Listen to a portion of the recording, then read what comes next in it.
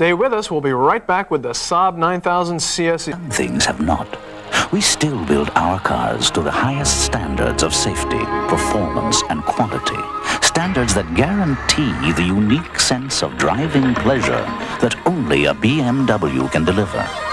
The BMW 3 Series. 5 cars, each one unmistakably a BMW. One of them is for you. BMW, the ultimate driving experience.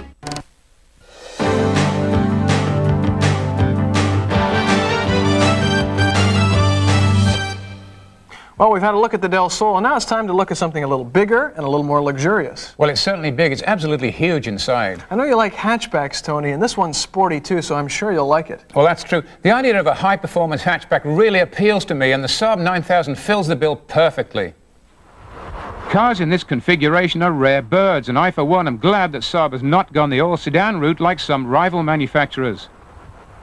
Although the 9000 series has never quite had the character of the older 900 models, they do have plenty to recommend them.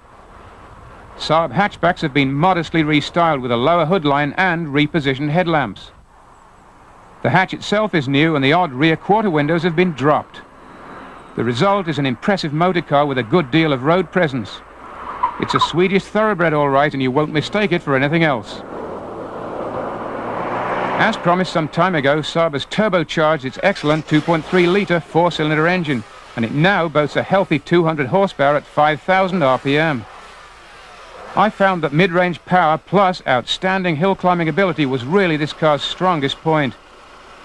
The engine has surprising torque for a 4, and turbo lag has been minimized thanks to a compact turbocharger design. Like Volvo, Saab has discovered that smaller turbos mean less of the dreaded lag.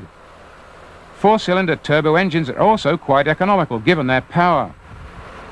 Another bonus with the Saab turbo engine is a traction control system, near essential in wet weather. Our test car came with a 4-speed automatic transmission. I have tried a 5-speed and must admit that this would be my choice. At highway speeds, this car is very smooth, quiet and comfortable. It's very easy to believe that there might be a 3-litre 6 under the hood. It also handles very well when twisty roads have to be tackled. 100 kilometers per hour comes up in not much more than 8 seconds. Fuel economy is in the 11 litres per 100 kilometers range for combined city and highway driving. Price of the 9000 CSE is $46,145. Another interesting fact that emerged during my test was that for some mysterious aerodynamic reason, the back window seemed to clear itself of rain and road spray. It has a rear wiper, but doesn't really need it for highway use. Also worth mentioning is the 9000's 4-wheel anti-lock disc brakes, very positive and progressive. The rack and pinion power steering had near perfect feel to it. I suppose the best compliment I could pay the 9000's seats came when a Saab executive asked me what I thought of them after a long run. I had to honestly say that I hadn't even noticed them, they were so comfortable. For some reason, probably just sound common sense, Swedish manufacturers seem to get things right every time with seats. As with all Saabs, instrumentation is very well thought out and easy to scan, and just about all the gauges you're ever likely to need are included. All switches are located on one large fascia panel. I often use Saab as an example to other manufacturers of how instrumentation should be laid out. You'll find no scattering of controls and switches here, just logical thinking and great practicality. The cockpit also looks really neat, just like one of those Saab jet fighters the car division seems to get inspiration from. As you might expect in an upmarket car, power-assisted equipment abounds. There's really very little missing in this big Saab. Open the 9000's huge rear hatch, which is fairly heavy, and you're confronted with a vast cargo area, especially with rear seat backs folded. If you need more room than this, you'll have to buy a very large wagon. The 9000 CSE is probably underrated by luxury car buyers, locked into a BMW, Mercedes, Volvo mode, and deserves more attention. For performance, luxury, and practicality, there are few models to beat it, and I've got to give it 7/8 of a tank in driving dollar value.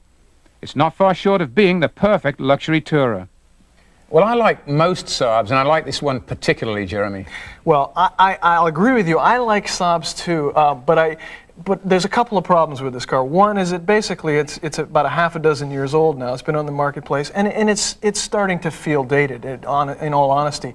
Now, you were very, very complimentary about the seats in this car, and frankly, I have to disagree. There's a couple of problems with the seats. One, there's no side bolstering in this car, and if you get into any kind of spirited driving, any kind of twisty stuff, you're thrown all over the car. The other thing is that if you take the key out of the ignition, the power seats can't be operated independently of the engine being turned on, or at least well, turned to the accessory that's a very point. bad point, and some cars make this mistake. If somebody who is much shorter than you has been driving the car, you can't even get behind the steering wheel to put the ignition key in and move the seats, and that's a very bad point. They should always work when the ignition is turned off, power seats. There's no imaginable safety reason why they shouldn't.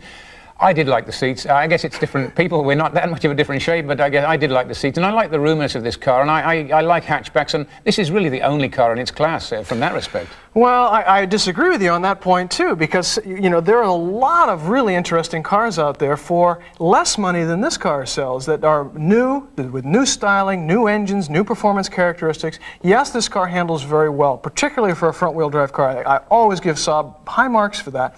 But let's face it, there's a whole slew of new stuff out there. The Infiniti J30 and the Audi 100. I mean, you have there are some good cars out there. I'll yeah. concede that, but I do like the way Saabs are designed. I think they're very well built, and I just feel happy in these cars. I don't know why it is. Maybe I have some long-forgotten Swedish ancestry or something, but I just like this car.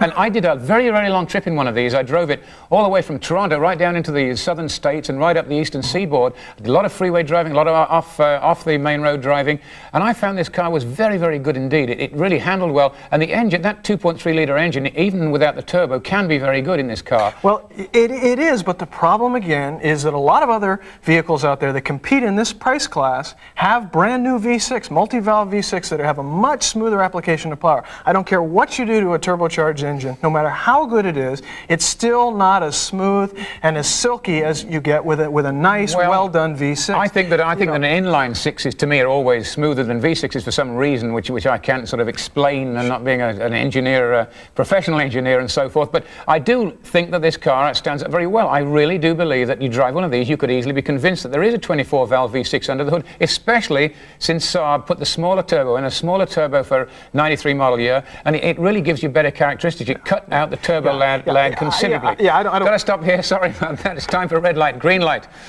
Things I didn't like about this car, well, the stability of the dealer network. I'm not that happy about that. I could be wrong. On the plus side, well, this car is fast and practical. It's very well built. It has excellent seats, very, very roomy, and very good Swedish ergonomics as always. If you're in the market for a car like this, you will want to look at the Volvo 960, the BMW 3 and 5 Series, a domestic car, the Ford Taurus SHO, the Mercedes 300 Series, the Audi 100, and the Infiniti J30. It's a good car, Tony, but I think it's a bit pricey. Stay with us. We'll be right back with a letter from our mailbag. Turboform. It's comfortable, the cabin is great, very good control layout, and the instruments are neat too. It's luxurious and full of character. In fact, it's very European, but I have some doubts about the dealer network. It is an underrated product, Jeremy. Well, that's all for this week, and we hope you enjoyed the show.